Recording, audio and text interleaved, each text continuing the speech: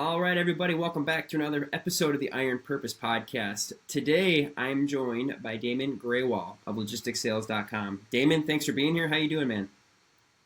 I'm doing great, Bailey. Nice to be on here, man. You're phenomenal. I've checked out some of your episodes, so yeah, excited to get going. I appreciate that. Yeah, so I think it was maybe last week or so, maybe 2 weeks ago, I get an email from you, and that's the first where somebody kind of reached out, wanted to be on. So I was, I count this as an honor, so I thank you for that.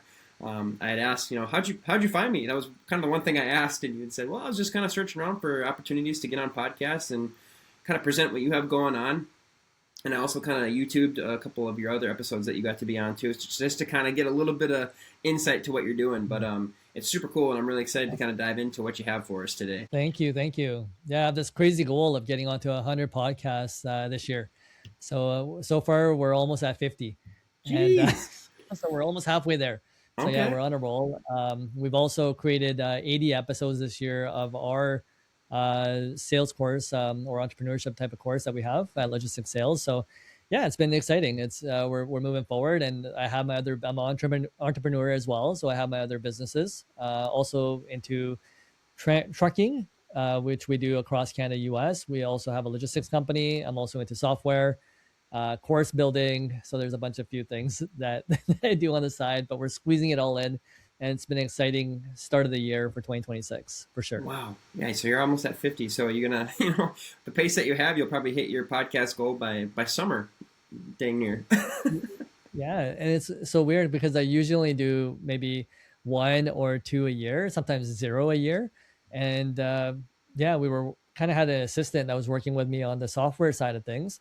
And that project kind of hit a pause, and I said, okay, well, since we have the logistics sales platform out now, maybe you can help me on this side and then help me get exposure on it. So yeah, that was just kind of how I kind of put it together with my assistant. And yeah, she's been great at helping me achieve this part of it. So yeah, you need help, right? Sometimes, and Mm. and having that help helps me achieve some of these goals. And I said, okay, well, this is interesting because I didn't even, again, we didn't even know what was possible in the beginning. So it was just a matter of just saying, okay, let's just try it to see what happens. And the first month it was like a couple of podcasts that we got onto, and then it started snowballing from there. And then yeah, I'm like, all right, if we're already having this success rate, let's just make it 100, and for fun, so that we can at least say that once you put your mind to something, it could actually happen. So Yeah, that's put awesome. some ridiculous goals out there. Yeah. I love that. Have you guys seen a good response of people reaching out to you as a result of going on all these podcasts, as far as people looking for your services? It's still pretty early. So what happens a lot of times is that the podcasts get recorded, but they come out sometimes a month later, 2 months later. But again, for me, it's just every single person counts, Hmm. and that's the thing. So I have noticed that it kind of puts you in a different light, a different perspective as well. Different people start gravitating towards you if they have a similar goal or a mission that they're trying to accomplish. Or even when it comes to employment and they know that you have employment opportunities, it also starts bringing people back to you in that manner as well. But it's really, again, how people are connecting with you, what part of any episode they connect to. And again, yeah, people are kind of looking out and saying, okay, yeah, how do we work with this guy? He seems like he's doing something. Let's gravitate towards, same with you, right? You've probably been through this. If you had a gym podcast before, people probably ask you gym questions, or they're like, hey, you know what? Let's talk to him about what he does, and see if we can learn, right, from Bailey as well. And that's typically what happens in that situation. Absolutely, that's totally relatable. Because when I'm looking for guests too, it's typically somebody who's in their craft and not always doing it just for that. There's like, okay, this guy, say he works at McDonald's, but there's just something about him. He goes over, above, and beyond. There just seems to be something within this person that I want. Like, how do I get what you have? And so I have him on, and we have a conversation, and it's like, okay, taking a little bit from what he has and applying it to other areas of my life. And it can be from anybody, from the political leaders, CEOs of companies, or like I said, somebody who just works at McDonald's. They just have that extra drive, or that whatever it is, whatever you want to call it. It's inspiring. It truly is. It's because you have that drive, Bailey, right? And because you have that drive, you can pick it up easily in other people as well, Mm, and you're automatically going to be at that same vibration level to be like, hey, let's match, let's go ahead and do this, because you both have the same energy. right. That level of vibration that we have inside of us will bring more of those people towards both of us, right? And that Mm. and anyone else that's motivated. and willing to, kind of push forward in one direction. You just have to get started yourself, but you'll notice, that vibration's being emitted, and it's going to attract more people into your vortex. Absolutely. Well, that's awesome. So for people that don't really know, the logistics field or kind of what that's all about, can you kind of just briefly just kind of say, hey, this is what logistics is. This is kind of what I operate in. You don't have to get into super specifics right now, but even for myself, like I had to Google, like, okay, what actually is logistics, and just to kind of Yeah. prepare myself. But if you could just give us a brief little lesson on what that is for those who don't know. Sure. Basically, logistics is just the movement of goods from point A to point B. And that could be within our own state, that could be within our country, it could be across the world, right? So, again, global supply chains. Anytime we think of supply chain or us buying something at a store, it's understanding that logistics has something to do with that. So, in our industry, even in trucking, they say if you bought it, a truck brought it. Mm, So anything that you're touching, essentially, we get to see in the background and see how it all operates. Again, how do you make this iPhone? Where do the parts come from? How does it get assembled? Where does it come into? And how does it get distributed so it gets into the Apple store that's near you for purchase? So it's just understanding that whole supply chain and understanding that there's so many different parts that go into it. Again, we only see the end products or we only see it from the storefront side, but a lot of people don't really see the logistics. And that's part of what we're all about is, we get exposed to so many different industries when it comes to supply chains, whether that's the food that we eat, whether it's material goods like, computer screens and phones and all sorts of stuff, right? Like everything has to do with logistics. mm, love it. Even Really. water, like water has logistics. That's a How does it good get to our point. tap, right? Yeah, How does it right. get to our tap, right? Yeah. Sheesh. I'm glad I don't have to figure that out. It'd be a mess. For sure. uh, that's awesome. So, you know, I'm going to ask this now just so I don't forget about it. But are there areas, as you've kind of studied this field of logistics and figuring out how to get things from point A to point B, does that kind of transition over to your life outside of work to where you're trying to have a decision you have to make with your family or your friends or something like a career, change? Does that kind of mentality of trying to figure this out transition to help you with other areas of your life as well? Yeah, we become really good problem solvers because you're working with so many different components.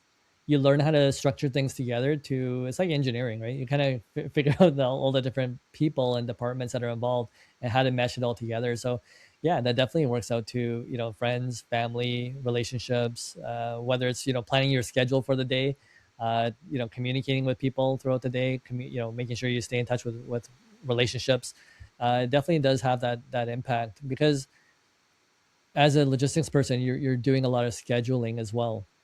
And so when you're making schedules, you get to realize like how important time is and how time matters. And being able to, like I talked about, a lot of things that we've been doing for our last little while, how am I able to fit it all in?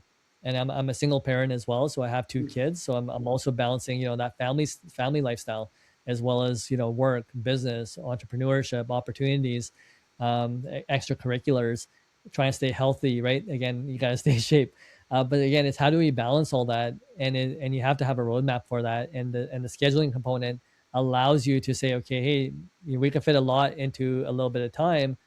And again, as long as we learn how to balance it with the proper rest, work, life balance, and again, a lot of times we let time slip away, Mm, and if you learn how to control time, it works in your favor. absolutely.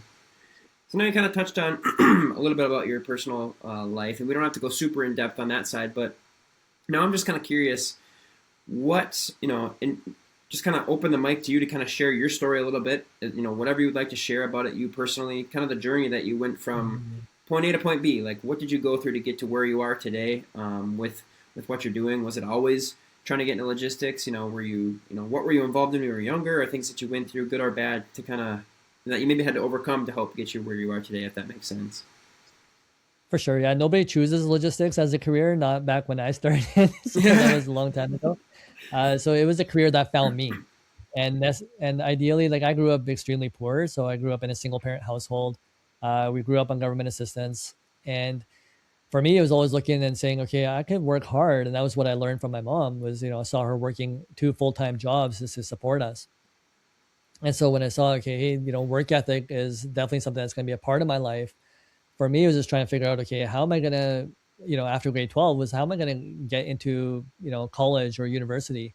And I was looking for, again, just any job that would be able to help me pay the bills. And one day, one of my friend's parents kind of came to my house, and he noticed like I had some skills on the computer, and I knew how to work with OCR softwares. And this is like back almost like 30 years ago now. And then he realized that I had a knack for again, just to do things differently, and learning technology, and just learning different aspects of how things operate.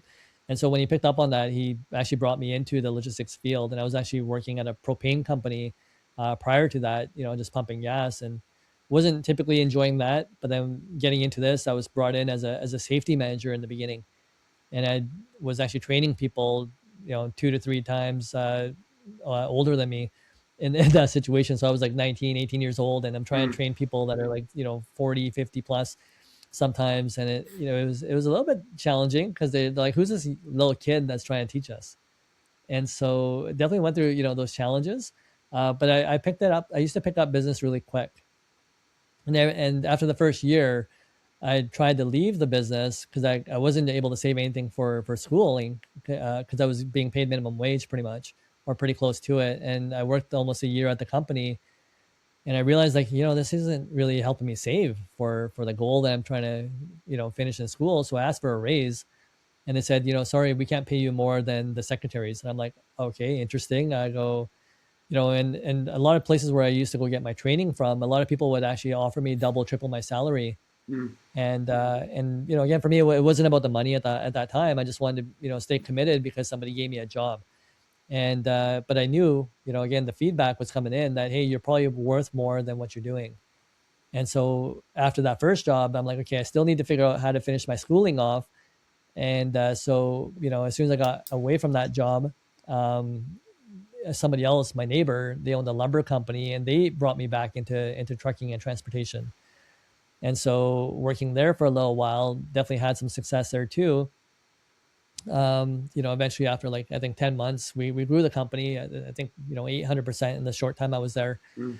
And then even after that, I was just like, okay, this is probably not for me. And then at that point, I had bought a vehicle, and so I'm like, now I have car payments. And so I'm like, oh shoot, now I got car payments, and I still got to save for school. So I kept finding myself and going through just struggle after struggle. And then something would always happen at the workplace, whether I wasn't able to achieve a goal, whether somebody promised me things that didn't materialize. And finally I went to another company. I had a lot of success there as well, and I started making good money. And I was able to finish off my schooling at nighttime. And so, yeah, I finally was able to kind of finish my it was a certificate program at the time, Mm. for management in transportation and logistics. I figured at that point I was going to stay in transportation and logistics, just because I started seeing the opportunities in it. It was one of the fields where people were paid a decent wage. People can actually earn a living, and it was the first time in my life that I saw people driving luxury vehicles around, or being able to afford really nice homes. And so I'm like, wow, this is a place where, and I saw a lot of immigrants doing this. And so when I saw, like, wow, this is a real version of an equal opportunity employer, Mm-hmm. where they're not discriminating. People are able to earn, what they choose, depending on how hard they work. And it was something that I felt like I could be a part of. And the company that I was with, our drivers were doing really well, and our guys were, I think, of that back in the early 2000s, were sometimes making almost 50 grand a month. Wow. And yeah, and after take home, like, they would have their expenses and stuff like that. So even minus 50% for expenses. And so they were taking home a check for about 25,000, and out of that they would just have their truck payment and maybe pay the co-driver. Mm-hmm. And but still, pretty good money back then. House in Vancouver, which are like in the millions now, but would you could probably typically get one back then for about 250,000 to about $500,000 for a decent house. Mm-hmm. And so when I used to see, like, okay, well, there's a lot of opportunity here, and me as an office employee was still not doing that great. I would make sometimes like what a company driver would make, and that was less than 5,000 a month. And so, yeah, but I still, I was promised like equity in the last business that I was in. And when that didn't materialize, or when I asked the boss about, hey, you talked about this equity stake, in the company. Can you tell me more about that now? And I was ready to do expansion on the business and move to a different state or province to be able to grow the business. And at that point, it was, the employer kind of changed the tune of his story. And that was primarily because when I started with them, we were doing about a million a month or a million a year in revenue. And in 4 or 5 years, we had already achieved 24 million in revenue per year. Wow. And so again, like 2,400% growth. And so any place I used to go, I just have this growth path. And for me, it was never about going into ownership. I just always enjoyed being behind the scenes and being that employee. And it's almost like the things that we fear we have to face. Mm. And so again, going through that situation, I spent years working a 24/7 job, doing my night schooling there, and nothing materialized out of it. So again, it was always like you kind of go back to zero, you have to start again. And then I spent 6 months with another employer, and I just said, okay, I can't work for anybody anymore. Just way too many bad experiences, and that was just my environment was being shaped that way, that I Mm. just felt like I couldn't work anywhere else. And that's what caused me to get into entrepreneurship. So sometimes it's about facing those fears. And even in entrepreneurship, I would pick partners and make them CEO. And I was hoping that as a CEO, these partners would be vocal and be the face of the company. And some extent they would, Mm-hmm. but then in other extents it was just about, okay, I'm only good at up until here. And for me, it was like always about growth, right? Because I had seen growth in the past, and so I always want to push a little bit further. so Yeah. and so whenever we would get stuck, then it would just kind of lead to me getting into the next opportunity. And then also again realizing that nobody really wanted to really lead and grow as a business or as an individual. Then I realized that sooner or later I have to take those steps. Mm-hmm. And so as much as I was afraid of even public speaking, I had to start getting into that too. So again, it was another fear that I had to face, and that started opening up new doors. So that's the thing that I would want to share with anyone is, we run through bad situations in life, we get into uncomfortable situations in life, but anytime that we are able to kind of get up from those and face whatever we think may be a fear, there's something greater on the other side of that. And I think that's truly what a lot of us are facing in life is we're here to go through a journey, and no one's going to escape without being cut or without being hurt or without having to go through some sort of levels of pain. Mm-hmm. But if we choose to get up and choose to go back into that fire, we're going to walk out the other side a lot better. And I think that's what people like Tony Robbins try to teach when they make people walk over coals, is like, look, you think it's impossible, you think you're going to get burnt, you think this is going to happen, okay, walk it. Now let's see on the other side, right? And I see how you feel once you get through that other side. And that's where that true abundance comes from, that true feeling of freedom comes from, until the next thing happens, right? Obviously. But Right. until then, until then you feel good. And that's just a life journey. But it's also, again, hopefully, Bailey, you could put some spiritual context in this too. But they say, whenever we are put back, right, like we're gonna slingshot forward. Mm. And that's the thing too, is we have to understand that if we've been brought down in any which way, whether that's a relationship, whether that's a career, any situation, friends, family, anything in life, if we get past it, there's something greater waiting for us, right? And that's kind of the spiritual lessons that we're all taught and we're all told. And same thing, like we would do that to our kids and say, hey, if you fall down, get up. Yeah, come Mm-hmm. on. It's if you're learning how to ride a bike, it's okay if you fall, Mm. right? So it's normalized there, where we can see it and we can teach it, our kids about that. But what happens to a lot of humans when we get into adult phase, and I've seen a lot of people just get stuck in life, Mm-hmm. where it's just like, okay, hey, I have one bad business venture, and now now I can't do it anymore because I can't go through that pain. And so I've had it where in life I've had my life savings taken twice, Mm. even after getting into business. And so it was going back to that zero spot and being able to get up again and saying, okay, hey, let's go do it again. And it was every time that I was able to let go of any pain and of that outcome that allowed me to move forward. And everything when I moved forward came back in multiples. And That's awesome. that's the thing, that That's the thing. I'm a little bit aged, compared to you, but it's the things that, if you trust, this is what the older generation is for, is we just say, trust us, Mm. right? We've been through it. And same thing, like as a parent, telling a kid that's riding a bike and saying, hey, it's okay, that you slipped and you fell, but when we get back up, I know that you're going to be able to ride this bike. I have a son. He's one, and he's just learning kind of how to walk. So he kind of walks around and he stumbles and he'll fall, and it's like, hey, it's okay, buddy, get back up. And then I have a work meeting the next day, and I'm so nervous about it. It's like it's take the pressure off your shoulders and say, hey, it's just like the little kid. Yeah, he's gonna fall. You're gonna fall. It might hurt a little bit. You might get a busted up lip or something, or but it's not the end of the world. When you come to that line, when you come to that bubble of uncomfortability, and you don't go past it, you're only setting a limit on yourself. So next time you come around to that situation or something similar to it, you go, oh man, I don't know if I could do that. I'm gonna go back over here, and then you find yourself stuck in that bubble of what Zig Ziglar would call just that wandering generality of life. And when you are able to push through that, you now become a meaningful, specific individual to pursue whatever it is that you're pursuing. And putting a faith spin on that as well, as faith doesn't mean that we're going to be able to conquer like everything and life's going to be perfect. There's not going to be any issues. It's setting up a life that we're able to get up when we fall. We're able to get through and have something to rely on, whether it's our faith in our higher power, whatever that is for any individual out there. But for me, my faith in Jesus. I'm not going to be able to just walk through life easy and walk on water. It's He's going to be there for when I fall, and I'm going to be able to rely on that. And I think another part of that too, and I think you touched on it a little bit, but I'd be curious to hear what your thought on like mindset is and personal, how people view themselves, because a lot of times you go into situations like this and you think of yourself as less than.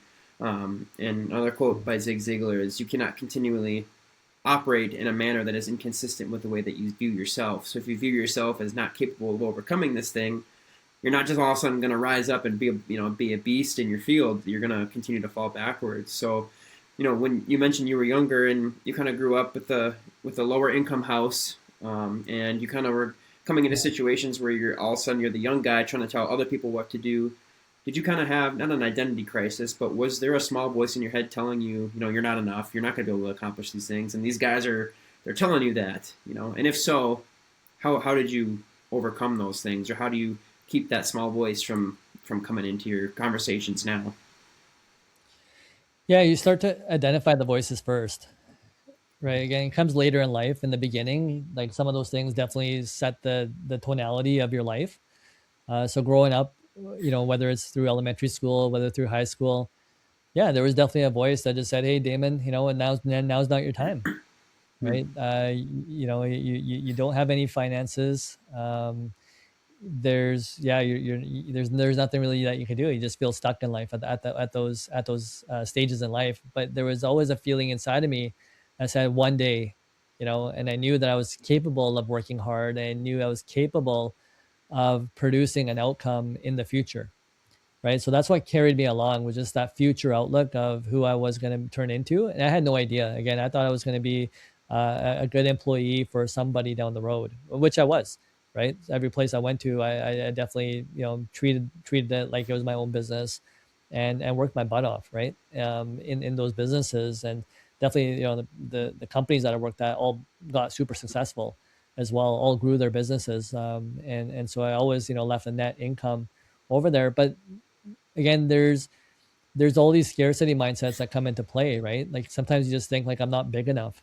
Hmm. I'm not, uh, like for example, if I was starting a trucking company for the lumber company, again, we start with one truck and then you go to two and then you go to three, but then you run into people that have like 300 and you run into people that have 400 and you say, okay, Right. you get reminded of how small you really are sometimes in those situations. Or even like being colored skin. I went through a lot of situations in life where I was being judged, right? And different thoughts would come into me, which I had to, again, you had to break past. And I think, just understanding, like, how you were talking and referring to, Jesus is always with you in that fact, right? So I was just saying that God is always with us. And that's it. That's the only thing, is when we forget and we lose sight of that there's a greater power that's with us, that's willing to walk with us when we're walking on a righteous path. Mm. and we're walking on an honest path, right, full of integrity, honesty, and service. And so, sometimes we lose sight of that, and we think we have to do it on our own. And Mm-hmm. that's the big misconception I think that we have, is feeling that we're alone in this journey, feeling that we're alone in moving forward. And so, yeah, for myself, it was just breaking past that. Like I had all these things in my mind that if I didn't get my education, that no one's going to want to have their daughter married to me, Mm. right? So there was this thing about, in our culture, it's about, okay, who am I going to trust my daughter to? And trucking back then was not looked at as a pristine kind of occupation to be in. Mm-hmm. And something I had never even heard of even when I got Right. into it. And so I was thinking, like, who wants to have their daughter married to a trucker? Like, back then, like nowadays they make really good money. Like the whole different perception change, right? That's just my bad for thinking that way. Right. And I realized that, right? I'm like, these are just stupid thoughts that are going in my head. Mm-hmm. And so, so I just figured, like, again, who wants to be with somebody that doesn't have a dad? Right? So, sometimes family is important. Okay, which family are we marrying into? That sort of thing, the joining of family. So I used to have this like weird thing in my head about, like, I'm not enough, right? I have to go Mm. prove myself to show somebody that I'm going to be worthy of that, of taking their daughter's hand in marriage. And so, yeah, a lot of these things were things that helped, push me. I don't know where those thought processes came from, but they all help push me in the right direction to say, hey, I'm gonna actually try to build something out of my life, and not only for myself, build it for my family. And if you have kids now, it's not about you anymore. It's about, hey, Mm-hmm. what can I do for this little guy, that's in my life now, and the beautiful spouse I have that brought this little, life into this earth, right? It Mm-hmm. becomes more than yourself. And that's truly when we start growing as an individual, is when it becomes more about, not it becomes more than ourselves, right? Mm. So if you have a mission or you have a goal in life that's more than yourself, then you're forcing yourself to kind of grow out of it, and that helps take the voices away. Mm. And when you look into your kids' eyes and you only see love in their eyes for you, then everything disappears. No, like I always say, man, like kids were the greatest blessing in my life, Mm. right? And Amen. it was, and I used to always laugh and just say, "There's no way you could ever have a sad day in your life again when you have kids. It's like impossible, right? Because they're so pure, right? I Mm-hmm. guarantee, there's not a single day that since your baby was born that you had a sad day that lasted the whole day, Mm-hmm. No, right? it's yeah, Because you're 100% correct. and they have a way of touching us, Mm. right? And you start seeing, kids are brought into our lives to learn purity, to learn that innocence, and remind ourselves of what was really in us. And if we lost ourselves in any which way, it helps bring us back to that and say, man, life should be enjoyable, life should be carefree, life should be a laugh, right? But we can also do well at the same time too, right? And again, it just puts that perspective into things and say, yeah, we could make our work enjoyable, we could make our careers enjoyable, we can make our extracurriculars enjoyable. And then again, we're doing it with a purpose, right? And that purpose has an extra different level of energy to it. So yeah, that's what helped me take a lot of the voices away. But then it was also, again, I always say, like, the God or universe was also putting, whatever negative thought that I was having, it was trying to create situations where the positive would be able to show me otherwise. And Mm. it's up to us to pick up on those that feedback that's coming back to us, right? Whether it's somebody that's encouraging us, and then picking that encouraging voice over a limiting voice. And so there's always that constant back and forth. It's like me saying I want to have that cookie, and then there's the other voice saying, yeah, if you have one, you're probably gonna have two or three. Don't do it. And you're Right. fighting through that simple voice, and that's all it was, right? So you start figuring that part out, that there's two voices always going on inside our head, and Mm. whichever one you lean towards is the one that you're gonna go towards. And now I just say bring it. Like Mm. it's like whatever challenge, because I figured out, like, life is almost like a video game, and when we're playing a video game, right? Like, let's say, like Mario Brothers, right? So we're Yep. always looking to get to the next level, but we can see that with other people. So relate it back to our lives. When we're playing a video game, we're like, hey, Mario's gonna go do this, do this, do this, and doesn't matter if he gets hurt, doesn't matter if he shrinks down, doesn't matter if he loses a few lives, right? But we're willing to risk it. because we're like, we know what's coming next after this level. It's going to be even better. And the next one's going to be even better. Right. So that's how life works. It's just, again, if we realize that, it's saying, yeah, we could play this like a video game and just have fun with life and have fun of this opportunity that we have here, Mm. and say, hey, if I achieve this one thing, then maybe the next thing might be a little bit better.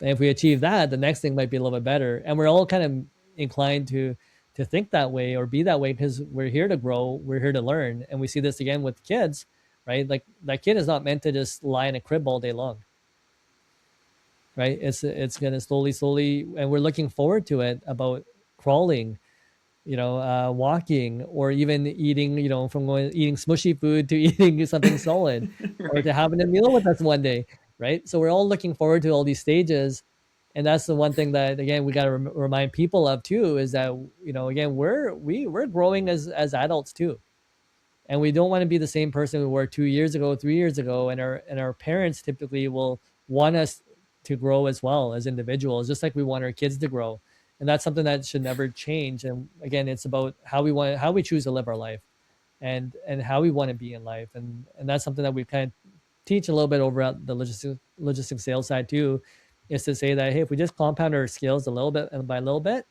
there's a lot of opportunities waiting for you. And then again, along with whatever you want to enjoy in life, there's a little bit of financial freedom that's there too, that we can go after if we choose to go after it. And it's not limited by anybody else but you. Mm. I love that perception and the fact that you pointed that out when it comes to these situations. And I brought up an analogy for me about my kiddo. There was a time, and I've talked about this a couple times before here on the podcast, but there was a time when he was born, and it was like one of the first 2 or 3 times that I had changed his diaper. And I'm sitting there and I'm trying to change it, and this little baby is like screaming, he's crying, and I just feel like a failure because I'm not, he's getting messy, and I'm like, how do I not prevent this from happening? I'm failing this little guy already. He just got here, and I'm already a failure as a dad. And we finally get him cleaned up, and I get his diaper on, and my wife can see that I'm visibly just like exhausted and mentally like I'm going through it, and she's like, "Hey, what's up?" And so I said, "Man, I feel like I already failed him. How am I supposed to be what he needs me to be?" And she's like, "Whoa, whoa, whoa! Take a step back. Okay, one is just a diaper, but two, you failing him would have been leaving him in his messy diaper and saying, I'm not even going to try it. Like that's you failing. The fact that you tried and helped him, even though you worked your way through it, like."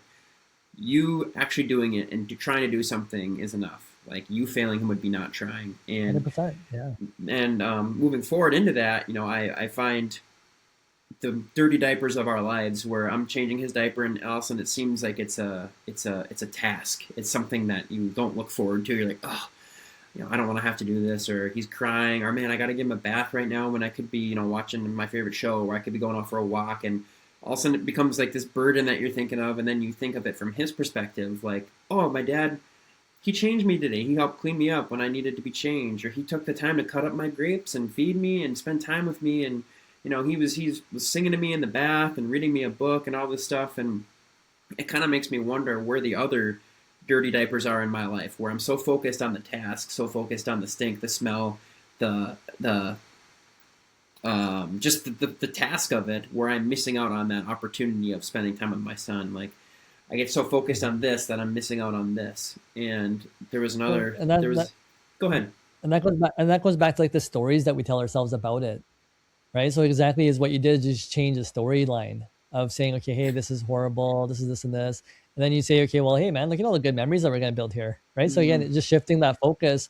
You see how it's the same thing, right? Like we're still going to change the diaper, but the context, that whole mind story, is totally up to us of what story we want to create behind it. Mm-hmm. And again, that's the biggest thing in life, is if we learn how to change those stories that are happening in our head, and we realize like we're the author of that story, and yeah, just repeat that like over and over and over again. And I would tell myself the same thing. I would just say, hey, Damon, like, you know what, one thing also we have to remember too is like these situations are temporary. Mm-hmm. That kid is not always going to be in diapers, right? Sure, it looks messy, whatever it is, but then it's like we know it's temporary, so why are we even getting stuck on that? Because we're like, hey, eventually this kid's going to figure out how to go to the bathroom himself, just like we did. And Right. like we don't have to worry about that, right, for so long. And yeah, but in the moment, it looks like, oh man, I'm not getting enough sleep, and baby's crying, and I have to go to work. And, our mind's making this whole story up. And for me, I just used to tell myself, like, not a big deal, right? Like if I need to get up at 2 a.m., 3 a.m., big deal. It's temporary. It's not going to happen every single day, right? And even if it does happen every single day, then it's not going to happen every single year, right? So Right. whatever that storyline may be, but if you make it temporary and you say, I signed up for this, I used to remind myself, right? So even when it comes to work, right, I used to always remind myself and say, I signed up for this 24-hour job, right? Because logistics doesn't end. Like it's 24/7 around the clock. The trucks are always rolling. Something's always happening. You have deliveries at 3 a.m., 12 a.m., 1 a.m., any time of day and night. It's like all over the map, right? Mm. So when we have that, or situations can always come up as well, right? But it's always like that reminder of saying, hey, I signed up for this, and if I signed up for it, it was a choice. And if I want to change my career, that's a choice. If I want to change the situation, it's a choice. Like I can go hire a maid to help me with the diapers if that's something that I don't wish to do, but I'm gonna have to sacrifice my paycheck for it, right? So Mm-hmm. I may not be able to afford even driving my nice car anymore. Maybe I'm gonna have to take transit, right? So how am Right. I gonna compensate? So again, it's willing whether you're gonna make those trades, but as soon as you realize everything in life is a choice, then you get free from that, right? You get free from the binding of it because you realize, oh yeah, this is a choice. Yeah, I'm gonna enjoy it. If I made this choice, yeah, I'll own up to it.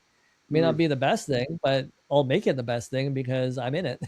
Right. Yeah, I love that. yeah, It's that quote. You can't always choose what happens to you in life, but you get to choose what you do with that information or do with that situation. One of my friends brought up yeah.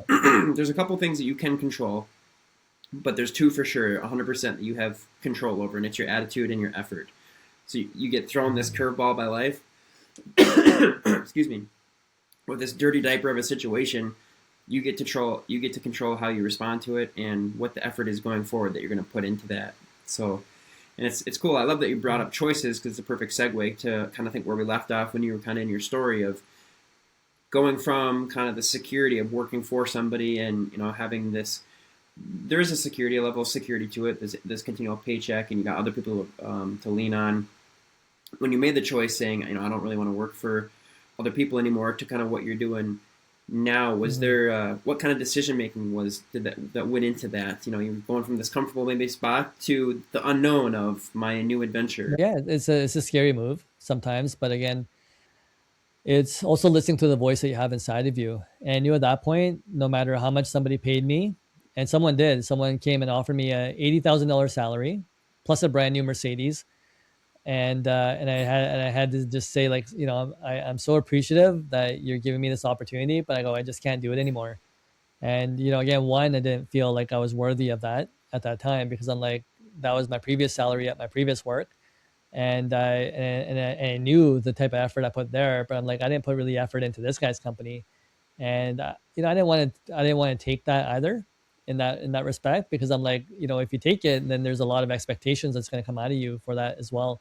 And so it was just going to go work for free, right? And it was working with my first partner who I met at my last job, who every chance he got, was like, Damon, let's go for lunch, let's go for lunch. And he would pitch me up, let's open up a company. And so at the time I was just like, no, I'm not going to do it. No, I'm not going to do it. And I knew every time that he was asking me out for lunch, that was the same question he would always have. Right. And I just used to be like, no, no, no. And he wanted to open up a trucking company. And eventually, when I was fed up at that job too, it was just like that was the only choice that I saw as a viable solution for me. And I said, okay, hey, I'll open up a company as long as I get to make the decision making, and I'm going to retain majority ownership in the company. And yeah, that's pretty much going to be it, because I can't work unethically, and I can't, there's a certain way that I have to work that I could at least face myself in the mirror too, right? That's I Mm-hmm. always had to follow business ethics, and that was just it. Simple ethics like honesty, transparency, again, doing legitimate business ethics. So yeah, entrepreneurship was a zero salary journey. So you're not making anything in the beginning of that business, and whatever you do make, you're putting it back into the business. Mm-hmm. So yeah, it's a struggle. We started in a 20-foot portable on his farm. That Wow. was our office. Was a his dad was going to use it for a storage container, and so my first goal was, how do I get out of this? storage container to get into a proper office. And then it also involved me minimizing my entire expenses. I had to, I lived in a basement suite. You know, we had similar situation. I had a baby on the way. I had a youngster. So yeah, I was newly married at the time too. So it was just going to the bare minimum because you knew that every single penny you had to go into this business, and it was all in. And so yeah, you know, and that's the journey. You just kind of keep grinding, grinding, grinding, and it was about putting the work in. And it was just saying, okay, I'm gonna make this work. And Tony Robbins talks about, you know, you gotta burn the boats, so there was no looking back. Mm. It was just saying, okay, hey, I got to make this work for myself. I got to make it work for my family. And I knew that since I had, you know, done it previously at the other businesses, that I could do it again. And so it was just saying, okay, if I'm left with nothing, can I rebuild it? And it was, and it happens, right? And like I talked about before, like there's somebody that's with us in that journey, Mm. right? Whether we want to call it the Holy Ghost, whether we want to call it the universe, there's something with us, right? And it's just a matter, it's testing us to see if we're actually serious about the commitment that we're trying to make here. And for me, it was about just making sure that I put the work ethic in, even if it wasn't showing results. I knew at some point it was going to materialize, and sales is a lot like that. Like you can reach out to 1,000 people to get one customer. And so it was about, you know, again, consistently and becoming better, better, better, like creating the marketing, creating the website, creating the sales pitch, going after the right clients. And it was just interesting. You know, one of our first paychecks came from a company called Warehouser, which was the largest, one of the largest timber companies in North America or probably the world. Wow. And that was the first paycheck that came to us. And then we got a call one day somehow from the Canadian military, and we started moving their tanks, and we Oh, we wow. started moving those, and we were at we it was funny because we were working out of a 20-foot storage, you know, trailer, and I leveraged, you know, again, all my connections to move all this stuff, you know, wherever they had to have it moved. And we did such a great job that the U.S. Navy, we picked up some of the Canadian equipment from the U.S. Navy in China Lake, California, and they gave us a reference letter of the great job that we did for moving this equipment and the way that we handled it. So again, a lot of these small wins happen in the beginning, and we again landed those customers that we needed to get to, and you know, that was the whole joy about it, and that opened me up to the potential earnings that entrepreneurship had. And once I saw that, you know, it wasn't a goal that I had in the beginning. I was just looking to survive, right? At that Mm-hmm. point, it was just like, I got this family, I got to figure this out. But then you start realizing that, you know, sometimes in 1 month you can make the whole salary of a whole year. Mm. And then from that point on, it just started compounding, and I just said, wow, you know, how come I was so anti entrepreneurship in the beginning? And how come I just didn't do this from the beginning either? Like it just, it never fathomed me, and it was something that I grew up thinking that, you know, entrepreneurship was a bad thing, because we see these, you know, stories, or we hear these Christmas stories of Scrooge, and and we're thinking like business owners aren't good people, Right. and so somehow, like, I'm influenced by this, right? So you know, our environment definitely influences our mindsets, because for me that was, you know, that was my storyline, was watching some of these shows on TV, and TV shaping my formula for the future. Mm-hmm. Right. And again, no one really talked about entrepreneurship like they talk about today. But then I realized again, like, you know, that's why again we open up logistics sales, is to show people those type of opportunities, but not breaking it down in a realistic way, and just saying there's steps, right? No one's going to get rich right away. There is, you know, a period of time where you're going to have to rough it out. But, you know, to give people that encouragement that if you do enough of it and you keep picking up the right skills along the way, then there's a formula for success here, and let us teach you, so you can open up your mind and again have a choice in life, instead of feeling like you're stuck, right? So Mm. in the US, 61 to 64% of people live paycheck to paycheck. And 50% of Gen Z believes that house ownership is not even possible for them, Wow. depending on where you live. Mm-hmm. And so when I see stats like that, and that's in the US, and that's one of the most successful economies in the world, when I see that, it kind of breaks my heart a little bit to say, hey, you know, like, how do we just give people a little bit of love and encouragement to show them that doesn't need to be their reality. Or I remember, one time I ran into this individual. He was applying for a job at our company. Really nice, genuine person, right? And he'd been working a warehouse job at a retailer, and he'd been working there for almost 20 years. And then when I started talking to him about his life and his family, he was never able to get out of a basement suite. And then again, he had family that he had to take care of. And I was like, holy, he just spent 20 years of his life at that place. And then if he would have, at least joined our company, or even as a driver, because our drivers usually make pretty decent money. Mm-hmm. I'm like, he would be pretty financially well right now. And it just shows like what that choice in life really ends up becoming, in 20 years down the road. And this happened even with both of my brothers. Both my brothers got into the car rental business when they were younger, and at the time, great money, right? More than they'd ever seen. But then when you think about the compound effect of, one is, so it's good money for you. But when you have a wife, when you have a kid, when you have another kid, third kid, whatever it may be, Mm-hmm. you're like, well, that was good for me, but does it really suffice over here in this situation now? Because now I got a lot more people to feed, and a lot more people, like, again, that one vacation that I used to go on, now I got to pay for a vacation of 3, 4, 5, right? Like I gotta need a lot more. I'm gonna need a lot more income. Mm-hmm. And so, and how do we provide that for ourselves? So it's just, again, having the right mindset of saying, if we talk about mindset, it's going back to a mindset of saying, okay, well, I can create these opportunities in my life if I do wish to choose to do so, right? It's a choice that I can make. And again, for us, is showing people a legitimate formula that they can follow to be able to attain it, and to find one that fits more with their alignment, and the skill sets that they've developed. So we have like weekly episodes, and then we have worksheets that go along with those episodes that makes you reflect inwards and says, okay, hey, what skill sets do I have? What do I enjoy doing? What type of industries do I like? And to find the right fit for you to be able to partner with somebody, or to even do it yourself and say, okay, hey, this is how I can create, a small income. And if I compound that small income, it can lead to big incomes down the road too. But not to put too much pressure on you that, you have to earn, that 7-figure salary today. But it's saying, Right. okay, hey, if you just follow, this gradual formula, do it at your own pace, do it when it feels right to you, right? And how is typically is something's happening inside here. There's something talking to you to say, I'm not happy right now, right? Or I think I'm capable of doing a little bit more. Or I think, I'm not being valued in this situation. And, there's something that's inside you that's going to start pulling at you a little bit. And that's the voice that we want people to listen to over and over again and say, okay, what is happening inside here? If you're not feeling good right now, try to do some introspection to see what that feeling is Mm-hmm.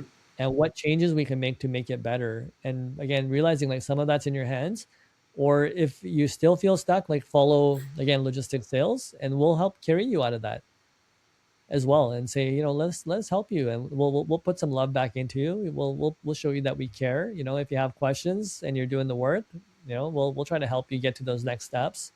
Right? That there's people here that actually love you and actually want you to genuinely want to see you do well and do good, so you could do good for other people. Mm-hmm. And again, so it's just putting that stuff out there and just saying, hey, nobody needs to feel like they don't have opportunity. And similar to myself, right? Like being judged when I was younger, being discriminated against sometimes, right? And again, when you go through that, you're like, wow, people just don't care, or people are so quick to judge just because of the way that I look, or because I fall into a certain category, that people are just not willing to give you that opportunity. Mm-hmm. And so, a lot of people say this, when you are of a colored background, you sometimes you don't get the same access or the same opportunities. And, a lot of times we would see this even in trucking as well, right? People, when 9/11 happened, there was a lot of discrimination that was happening. Any of our drivers that used to wear any sort of, like a turban, in our culture, and again, there's a lot of South Asian drivers nowadays. But when they were driving around, people were like, "Hey, there's one of these guys driving in my neighborhood," and they're all calling the police. So it was just like fear went everywhere. And again, they would the guy would be carrying a load of grapes into going back into Canada from California, and because they put a certain gas into the trailer, and there would be a little bit of a hazmat sign on the back for the couple hours that this thing was moving across the way, people would get scared and think that someone's going to blow up our city or blow up our neighborhood, because they were driving around with that. So yeah, it was just based on again profiling the driver and saying, hey man, I think this is going to happen right now. And yeah, so there's a lot of situations that happened during that time, 9/11, and Mm, again, even going through COVID, there was a lot of judgments that were being right. passed and a lot of misinformation that was happening. And we just want to get people away from that and just say, hey man, if we're truly going to love thy neighbor, then let's love thy neighbor. Let's really help each other succeed in life. Let's help each other figure out the right pathways without being selfish about it and saying, hey, what can I take from people? But start switching that framework to say, what can I give people? Mm, How can I serve people? And like I've heard the story even about Jesus and how he washed the apostles' feet. And it's just about even somebody of that nature is in service all the time, mm, is in service to his higher power to spread the message and the name, and say, I'm here to give back, mm, right? I'm not here to take anything from anybody, but again, because God's always going to provide for you if we're willing to walk the path. We have to be willing to walk the path, and he's a perfect example of someone that faced challenge after challenge after challenge after challenge. And we all face challenges in life. Like there's always some obstacle that we have to get past. And poor Jesus went through a lot, man. like mm-hmm. like he nobody believed him. There was, again, how much hate, how much situations that he had to face, and ultimately, again, giving up his life for our sins, right? Is what they what they say. Mm-hmm. But yeah, that's it. It's like, okay, well, if we're not learning from that, then what are we doing, Mm, right. right? So and I'll put this right back onto the shooting that we saw the other day, right? With President Trump. What are we doing, guys? Right? Mm-hmm. Like, one is like it happening to you, but then you thinking it's okay to go do that around the world to other places. And we don't know the full context of those stories, Right. but we're just saying, hey, let's really put that into our hearts first and say, okay, we need to truly love our neighbor first, Mm, right? mm, And we need to watch what we're saying and how we're saying it, because of the repercussions that are going to come back from that as well. And it's saying, okay, can we truly act in a spiritual way when it comes to dealing with these situations, mm-hmm. right? And those are the ways that, again, if anything comes back to us and we look in the mirror.